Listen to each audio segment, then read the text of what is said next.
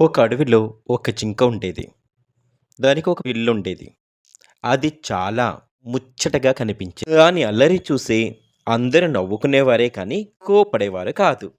దానికి అడవంతా తిరగాలని ఒకటే కోరిక. ఆ అమ్మకు కూడా చెప్పకుండా చాలా చాలా దూరం దాకా పోయేది. చెంగు చెంగున ఎగిరేది.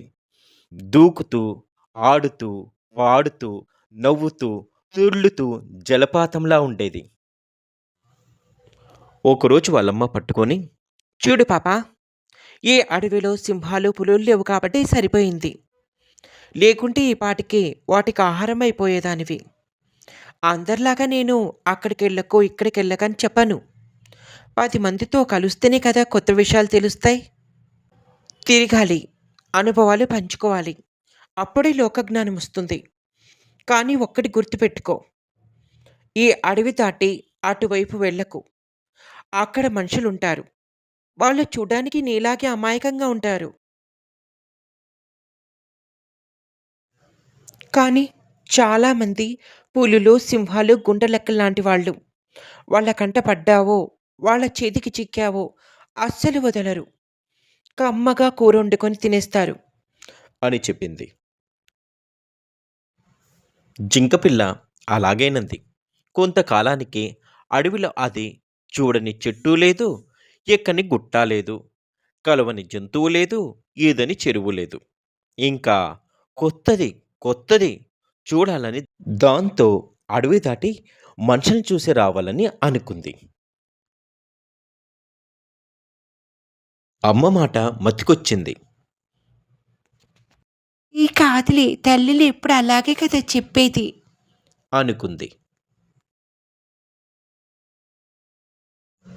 నెమ్మదిగా అడవి దాటి అడుగులో అడుగు వేసుకుంటూ ఒక ఊరికి వచ్చింది. ఒక ఇంటి ముందు చిన్న పిల్లవాడు ఉన్నాడు. అమాయకంగా ఉన్నాడు. వాడు జింకను చూసి ముద్దుగా నవ్వాడు. జింక పిల్ల కూడా కలుగొలుపుగా నవ్వింది. దగ్గరికి రమ్మని పిలిచాడు. పోదామా వద్దా అని ఆలోచించి, ఆ ఏమీ కాదులే, పోదాం అని దగ్గరికి పోయింది. వాడు సంబరంగా దాన్ని ఒళ్ళు నిమిరాడు. ముద్దు పెట్టుకున్నాడు. పచ్చిగడ్డి నోటికి అందించాడు. బాగా ఆడుకున్నాడు. జింకపిల్ల కూడా ఆడి ఆడి అలసిపోయింది. అక్కడే ఇద్దరూ నిద్రపోయారు. కాసేపటికే ఆ పిల్లవాని అమ్మా నాన్న ఇంటికి వచ్చారు. అక్కడ పడుకొనున్న జింకపిల్లని బాబుని చూశారు. పిల్లవాడిని ఎత్తుకొని, అరే, అడవి నుండి తప్పుకుపోయి వచ్చినట్టుంది. భలే లాభం, లేతగా ఉంది. అమ్మితే డబ్బే డబ్బు అనుకుంటూ చప్పుడు కాకుండా దగ్గరగా వచ్చి లటుక్కున పట్టేసుకున్నాడు.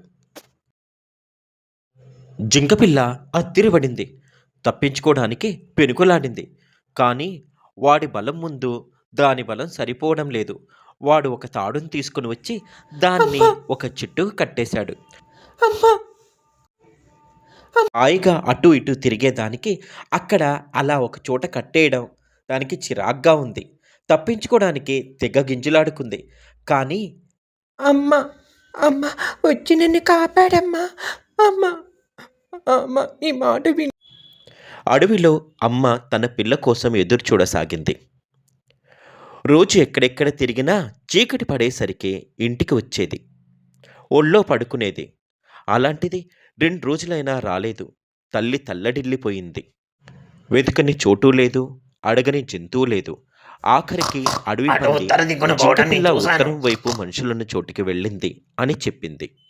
జింక అడుగులో అడుగు వేసుకుంటూ ఆ ఉత్తరం వైపుకు నడిచింది. ఎలాగైనా చేసి నా పాపని నేను కాపాడుకోవాలి.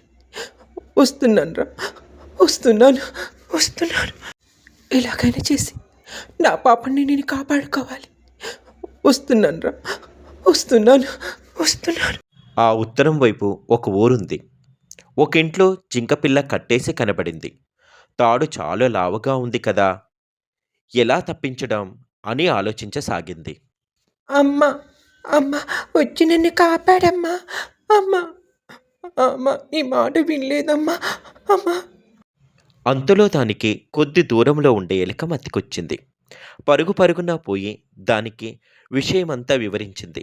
"నువ్వే నా పిల్లని ఎలాగైనా ఆపద నుంచి కాపాడగలవు. ఎలుక, నువ్వే నా పిల్లని కాపాడాలి. ఈ ఆపద నుంచి నువ్వే కట్టెక్కించాలి. నీ కాళ్ళతో, నీ బళ్ళతో ఆ తాడుని కొరికి నా పాపని విడిపించు. నా పాపని విడిపించు" అని దీనంగా అడిగింది. ఎలుక బాగా ఆలోచించి, నువ్వు పిల్లలున్నదాన్ని నేను ఆ బాధ అర్థం చేసుకోగలను. కానీ అంత లావు తాడు కొరికేసరికి నా పళ్ళు అరిగిపోతాయి. ఆ తర్వాత నా పిల్లలకు ఆహారం ఎలా తీసుకొచ్చి పెట్టేది? ఆ మాటలకు జింక, ఎలుక, నువ్వు నీ పిల్లలు రోజు తినేదెంత? మీ చిన్న పుచ్చలను నింపే పూచి నాది. నీ పళ్ళు మరలా బాగయ్యేదాకా అది నేను చూసుకుంటాను. అది 6 నెలలవని, 60 నెలలవని 3 పూటలా పళ్ళు, కాయలు తెచ్చిపెట్టే బాధ్యత నాది. సరేనా? అని అంది. ఎలుక సరేనని జింకపై ఎక్కి కూర్చుంది. 2 చీకటి పడే లోపల ఆ జింకపిల్ల ఎక్కడుందో అక్కడికి చేరుకున్నాయి.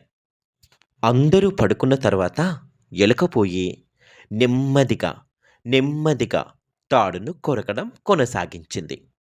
ఒక్కొక్క పోగు తెగే లోపల తెల్లారింది. జింక ఎలుకను తన మీద కూర్చోబెట్టుకొని పిల్లతో పాటు